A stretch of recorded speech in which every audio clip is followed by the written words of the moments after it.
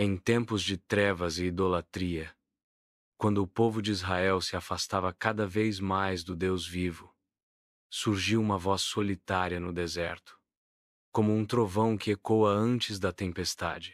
Seu nome era Elias, o tisbita, vindo das montanhas de Gileade, um homem rude, de poucas palavras e coração inflamado pela justiça do Senhor.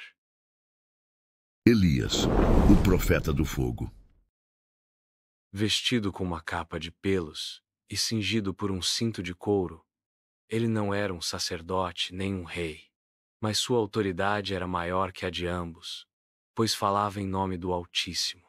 Foi no reinado de Acabe, um dos reis mais perversos que já sentaram no trono de Israel, que Elias surgiu como um relâmpago em meio à escuridão. Acabe, seduzido pela beleza e pela influência de sua esposa, a temida Jezabel, havia entregado o coração da nação aos pés de Baal, o deus cananeu da fertilidade e da chuva.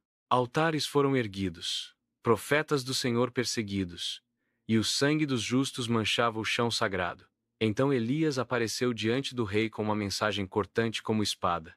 Tão certo como vive o Senhor, Deus de Israel, diante de quem estou, nestes anos não cairá orvalho nem chuva, senão segundo a minha palavra.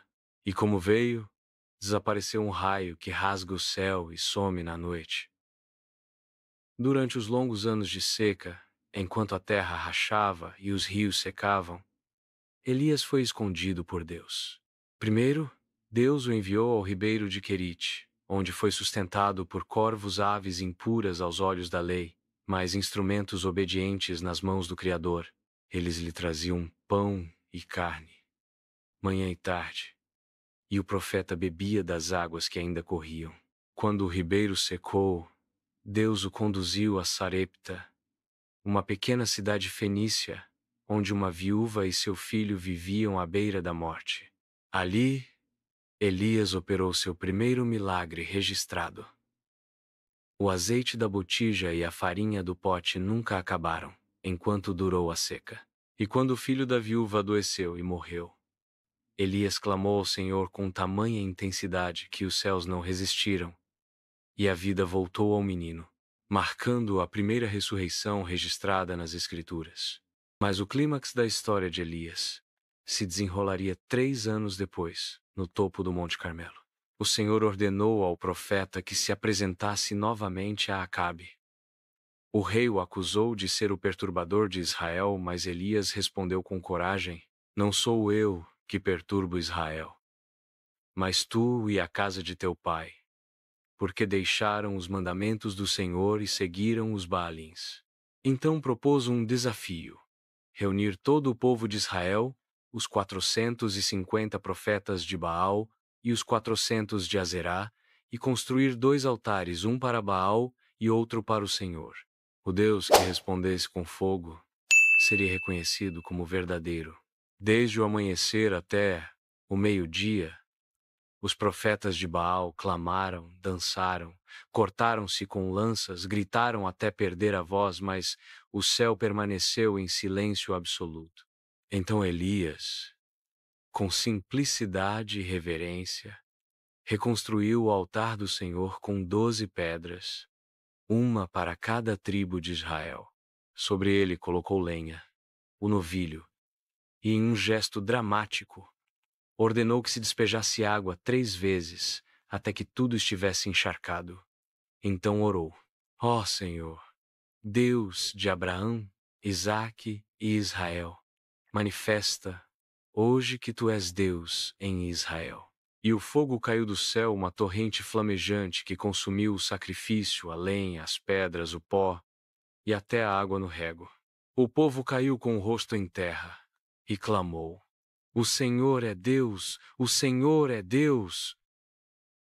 Apesar da vitória esmagadora no Monte Carmelo, Elias ainda era um homem sujeito às emoções humanas. A ira de Jezabel, a rainha idólatra, não tardou. Ao saber da derrota de Baal e da morte dos seus profetas, ela enviou uma mensagem ameaçadora: Assim me façam os deuses, e outro tanto, se amanhã a estas horas eu não fizer com tua vida o que fizeste com os meus profetas. Elias, que enfrentara multidões, agora fugia de uma mulher. O profeta do fogo se viu consumido por um frio invisível, o medo. Correu até Berseba, e dali, sozinho, caminhou para o deserto. Debaixo de um zimbro, esgotado e ferido na alma, pediu a morte. Basta, Senhor. Tira minha vida, pois não sou melhor que meus pais. Mas Deus, em sua ternura, não respondeu com reprovação. Em vez disso, enviou um anjo. Enquanto Elias dormia, um toque suave o despertou. Havia pão assado sobre pedras quentes e uma vasilha de água. Levanta-te e come, porque grande é o caminho diante de ti. Com a força daquele alimento celestial, Elias caminhou 40 dias e 40 noites até o Monte Horebe, o mesmo Sinai, onde Moisés ouvira a voz de Deus. Ali, o profeta se refugiou em uma caverna, onde, cansado e amargurado, derramou seu coração: tenho sido zeloso pelo Senhor. Mas os filhos de Israel deixaram a tua aliança, derrubaram os teus altares e mataram os teus profetas. E só eu fiquei. Então, Deus o chamou para fora da caverna. E aconteceu algo extraordinário. Primeiro, um vento poderoso rasgou os montes, mas o Senhor não estava no vento. Depois, um terremoto sacudiu a terra, mas o Senhor não estava ali. Em seguida, um fogo, mas Deus também não estava no fogo. E então, um sussurro suave e delicado, como uma brisa que acaricia a alma. Foi aí que Elias cobriu o rosto com o manto. Ali estava o Senhor.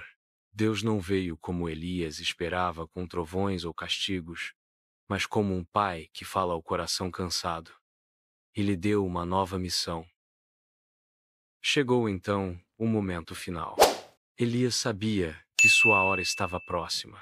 Juntos, ele e Eliseu passaram por Gilgal, Betel, Jericó e finalmente chegaram ao rio Jordão. Elias golpeou as águas com seu manto e elas se abriram, como nos dias de Moisés. Os dois atravessaram em terra seca. E então, num instante sagrado, um carro de fogo puxado por cavalos flamejantes surgiu do céu e os separou.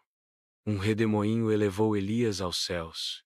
Eliseu gritou: meu pai, carros de Israel e seus cavaleiros. Elias desapareceu da terra, mas jamais da história. Séculos depois, ele reapareceria gloriosamente no Monte da Transfiguração, ao lado de Moisés, falando com Jesus, o verdadeiro Cordeiro. Mas ainda antes disso, muitos esperariam seu retorno. Até hoje, os judeus deixam uma cadeira à mesa do Pessach para Elias, o mensageiro da redenção. Porque Elias não foi apenas um profeta.